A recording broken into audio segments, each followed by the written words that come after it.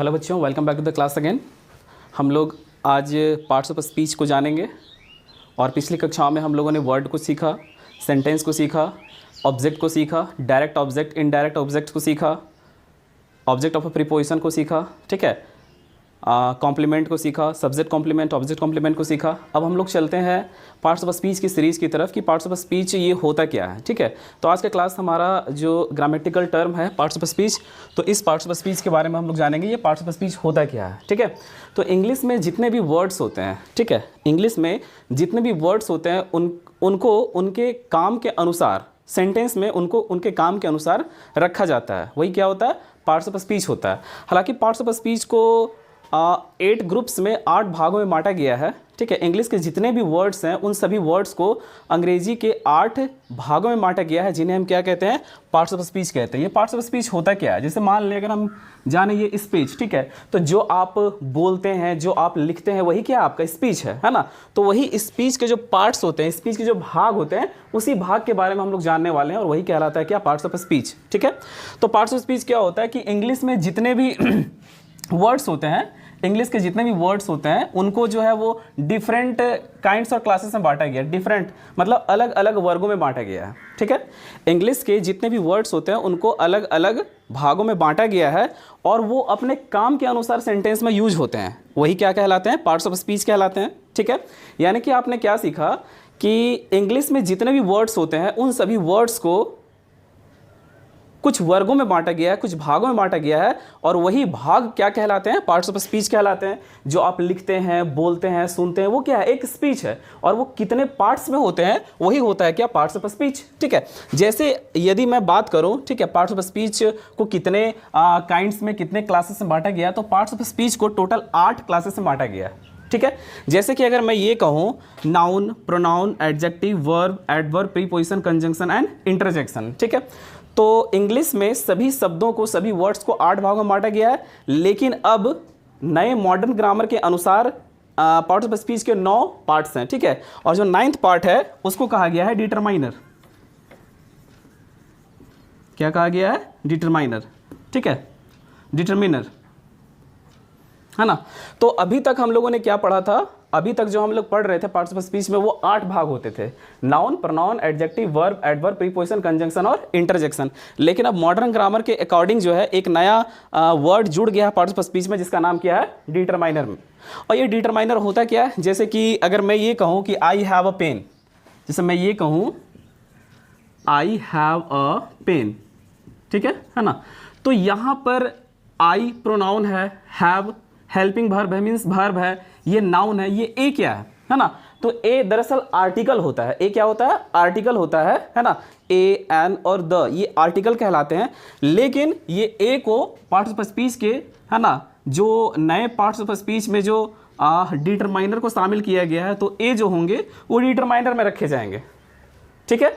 जैसे अगर मैं कहूँ you are the best boy, you are the best boy, तो यहां पर हम लोग देख रहे हैं क्या, द, ठीक है। तो ये द क्या है, द जनरली जो होता है वो noun, pronoun, adjective, verb, adverb, preposition, conjunction, interjection ये सब में देखने को नहीं मिलता है, ठीक है। इसीलिए नए ग्रामर के अकॉर्डिंग जो है वो 8 में एक और टर्म जोड़ दिया गया है, डिटरमाइनर। तो यदि हम कहें द जो है वो क्या है, डिटरमाइनर है। ए जो क्या है वो डिटरमाइनर है। एन भी क्या है, एक डिटरमाइनर है, ठीक है। तो आप जान गए, ठीक है। यानी कि कहने का मतलब ये है कि इंग्लिश में जितने भी वर्ड्स हैं, इंग्लिश में जितने भी शब्द हैं, उनको कुछ भागों में बांटा गया है, ठीक है, उनको कुछ भागों में बांटा गया और उन्हीं भागों को हम लोग क्या कहते हैं, पार्ट्स ऑफ स्पीच कहते हैं, है ना। हालांकि हम लोग जान रहे थे क्या कि पार्ट्स ऑफ स्पीच में 8 भाग होते हैं, लेकिन मॉडर्न ग्रामर के अनुसार जो है एक नया टर्म और जुड़ा है पार्ट्स ऑफ स्पीच में। पहले 8 होते थे लेकिन अब 9 हो गए हैं, ठीक है। और 9वां क्या है हमारा, डिटरमाइनर है, ठीक है। अब देखते हैं यहाँ पे हम लोग कि पार्ट्स ऑफ स्पीच कहता क्या। पार्ट्स ऑफ स्पीच कहता है कि इंग्लिश के जो वर्ड्स होते हैं वो अलग अलग वर्गों में बंटे होते हैं और अपने काम के अनुसार जो है वो अपने सेंटेंस में यूज होते हैं। जैसे अगर मैं ये कहूँ कि यू लव योर मदर, तो यहाँ पे जो लव है, ये लव क्या है, वर्ब है, ठीक है, यू लव योर मदर, तुम अपनी माँ से प्यार करते हो। ठीक है, तो यहाँ पर जो लव है, ये लव क्या है, वर्ब है। लेकिन अगर मैं दूसरे सेंटेंस पर गौर करूँ, सी इज़ माई लव, यहाँ का जो लव है, ये लव क्या है, ये लव वर्ब नहीं है, ये क्या है, नाउन है। आप देख सकते हैं ये क्या है, नाउन है ना। यू लव योर मदर, तुम अपनी माँ से प्यार करते हो, प्यार करते हो, प्यार करना, ये एक वर्ब हो गया। लेकिन सी इज़ माई लव, वो मेरी लव है, वो मेरी प्यार है। ठीक है, तो यहाँ पर लव क्या हो गया, नाउन हो गया।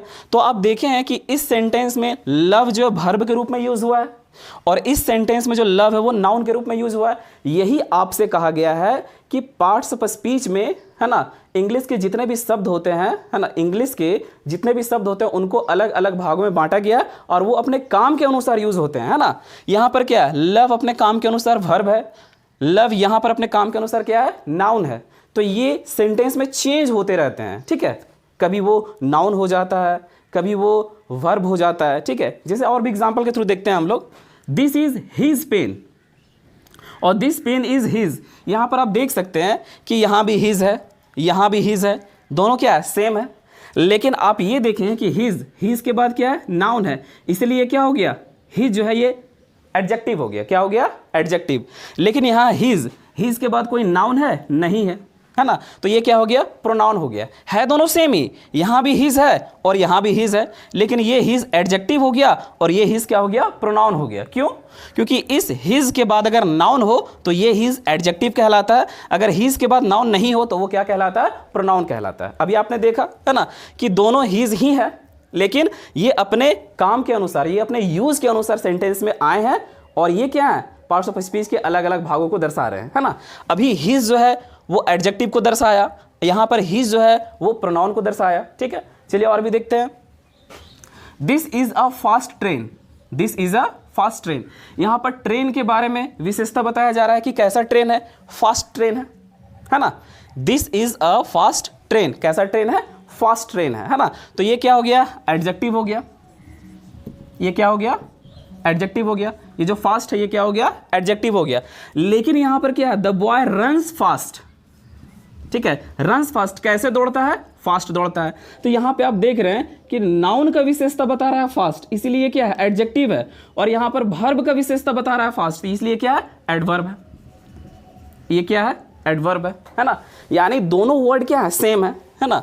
ये फास्ट, ये फास्ट, ये भी क्या है, फास्ट है, ये दोनों सेम वर्ड्स हैं, लेकिन इस सेंटेंस में ये फास्ट एडजेक्टिव है और इस सेंटेंस में ये फास्ट क्या है, एडवर्ब है। बात समझ में आया आपको। यानी कि पार्ट्स ऑफ स्पीच को, है ना, अलग अलग भागों में बांटा गया है और वे अपने यूज के अनुसार सेंटेंस में यूज होते हैं, है ना। कभी वो एडजेक्टिव हो जाते हैं, कभी वो नाउन हो जाते हैं, कभी वो एडवर्ब हो जाते हैं, तो अपने यूज के अकॉर्डिंग वो होते हैं। बात समझ में आया। चलिए और भी देखते हैं। दिस इज माई बुक, यहां आप देख सकते हैं दिस, यहां भी आप देख सकते हैं दिस। अब दिस के बाद क्या, ये नाउन है, नहीं, दिस के बाद ये नाउन नहीं है। लेकिन यहां पर देखिए दिस के बाद क्या है, नाउन है, दिस के बाद क्या है, नाउन है। अगर नाउन रहेगा तो ये क्या हो जाएगा, एडजेक्टिव, है ना। दिस के बाद अगर नाउन हो तो ये एडजेक्टिव हो गया और दिस के बाद अगर नाउन ना हो तो ये क्या हो गया, प्रोनाउन, है ना। तो यहां पर आपने देखा क्या कि दिस इस सेंटेंस में क्या है, दिस है, और इस सेंटेंस में भी क्या है, दिस है, लेकिन दोनों को हम प्रोनाउन नहीं कह सकते हैं। ये फर्स्ट वाला sentence this is my book, यहां पर दिस प्रोनाउन है और दिस बुक इज माइन, यहां पर दिस क्या है, एडजेक्टिव है ना। क्योंकि ये अपने सेंटेंस में अपने काम के अनुसार ये यूज हुआ है। दिस इज, दिस के बाद कोई नाउन नहीं है इसीलिए प्रोनाउन है, और दिस के बाद यहां नाउन है इसीलिए क्या हो गया, दिस एडजेक्टिव हो गया। बात समझ में आया।